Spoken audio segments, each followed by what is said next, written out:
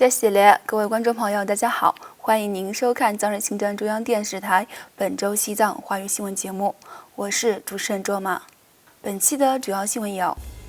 达赖喇嘛尊者透过网络出席在欧洲举办的心智与生命研讨会。达赖喇嘛尊者呼吁七国集团成员国共同应对全球气候变化。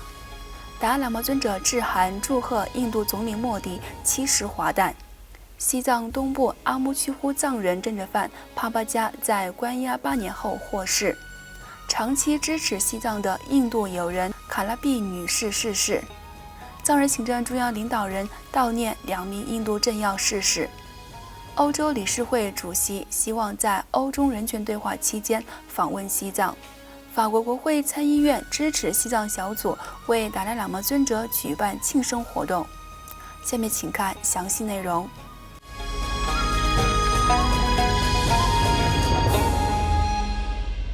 西藏精神领袖达赖喇嘛尊者于本周四9月17号在印度北部达兰萨拉的勤宫透过视讯直播出席在欧洲举办的心智与生命研讨会。达赖喇嘛尊者在研讨会上以如何在不确定性中培养我们的共同人性为主题，与3名科学家埃米·科恩、马修·里恩德、安德烈等3名科学家和专家探讨了西方科学家和佛教为培养人类共同的普遍责任感方面提供的见解。作为一种在不确定性中生存的方式，解决冲突以及促进和发展人类的智慧和慈悲利他等理念。此外，达赖喇嘛尊者于上周六9月12号在七国集团与华盛顿召开发言人会议之际，透过视频发表演讲，呼吁七国集团成员国共同应对全球气候变化，并强调了青藏高原生态恶化对全球变暖的潜在威胁。达赖喇嘛尊者在声明中表示 I think you see basically the generation, present generation, because of our past experience, now you see the sense of common interest rather than my country or like that. So therefore, like the G7, this organization, I think very, very encouraging. Now I always say, expressing, we should think entire 7 billion human beings,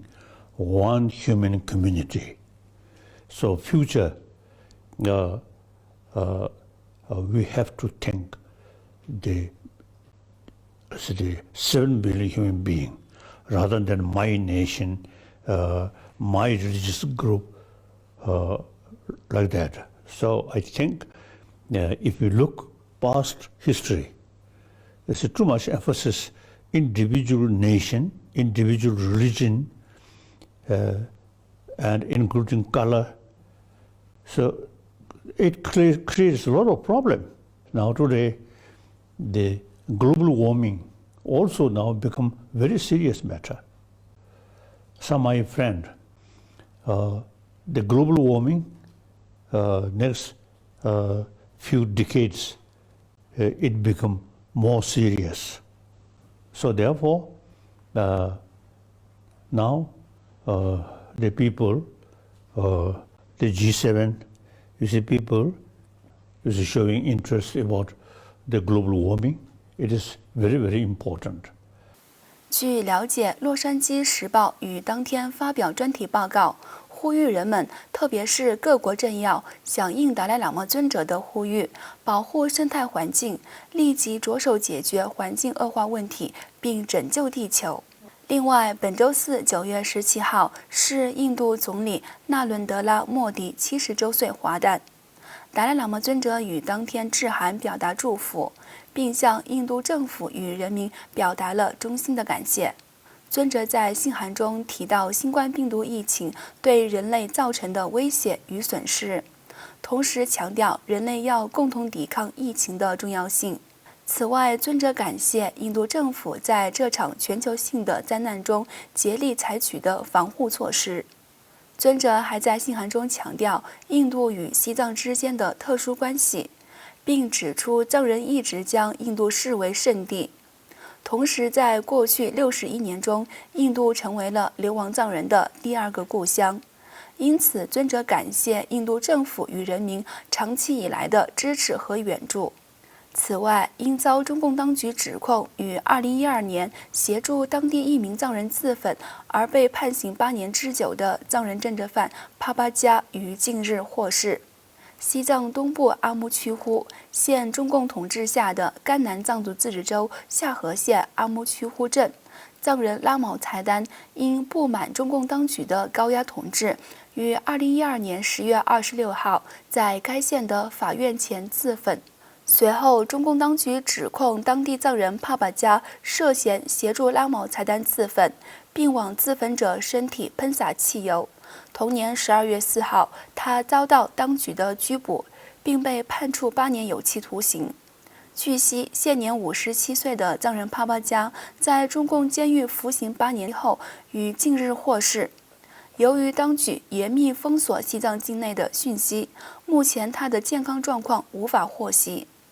另外，印度国会前议员、著名学者及长期支持西藏问题的卡碧拉·瓦茨雅扬女士于本周三9月16号不幸在新德里逝世，享年92岁。西藏精神领袖达赖喇嘛尊者与藏人行政中央司政洛桑桑格均致函逝者卡碧拉·瓦茨雅扬女士的家人，表达慰问和悼念。达赖喇嘛尊者在调研信中回忆了与上世纪50年代初首次访问印度时与逝者卡碧拉女士建立的友谊，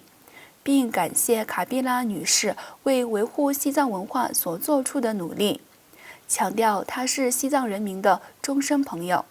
藏人行政中央司政罗桑桑格也于当天代表全体西藏人民致函慰问卡碧拉·华茨雅扬女士的家人，对她的逝世表示沉痛哀悼，并强调卡碧拉女士对西藏自由事业的支持将永远被西藏人民所铭记。与此同时，印度资深的政治家、前全国民主党议员拉格瓦茨普勒萨德辛格于9月13号病逝。同时，印度社会活动家斯瓦米阿涅维什也于本月11号病逝。对此，藏人行政中央司政罗萨桑格和西藏人民议会议长白马琼乃于近日发表声明，对2名印度领导人的逝世表示哀悼。司政和议长均在声明中表达了最深切的悼念，并缅怀了2位已故领导人对西藏自由事业的坚定不移的支持，并强调他们的不幸离世令印度和全世界的藏人都感到悲痛。此外，欧洲理事会主席谢尔米歇尔、德国总理安德拉·默克尔以及欧盟委员会主席冯德莱恩等领导人于本周一9月14号透过视频同中共国家主席习近平进行了会谈。据了解，在当天的会议上，欧中两方的领导人就全球气候变化、经济与贸易问题、国际事务与人权问题，以及武汉疫情与经济复苏等事宜进行了讨论。欧洲理事会主席谢尔米歇尔在会议上对西藏境内藏人的处境表示关切，同时对中共统治下的维权人士与新闻记者的安全问题也表达了关注。米歇尔先生还希望在今年年末于北京举行的中欧人权对话期间，对西藏进行实地访问，了解西藏境内藏人民众的真实处境。请继续收看今天的最后一则新闻。法国国会参议院支持西藏小组与藏人行政中央驻布鲁塞尔办事处隶属的巴黎联络处，于上周二9月8号共同在法国参议院大厅为达赖喇嘛尊者85岁华诞举办庆典活动。据了解，法国国会参议院和众议院支持西藏小组自1990年以来，每年都轮流为达赖喇嘛尊者举办庆祝生日活动。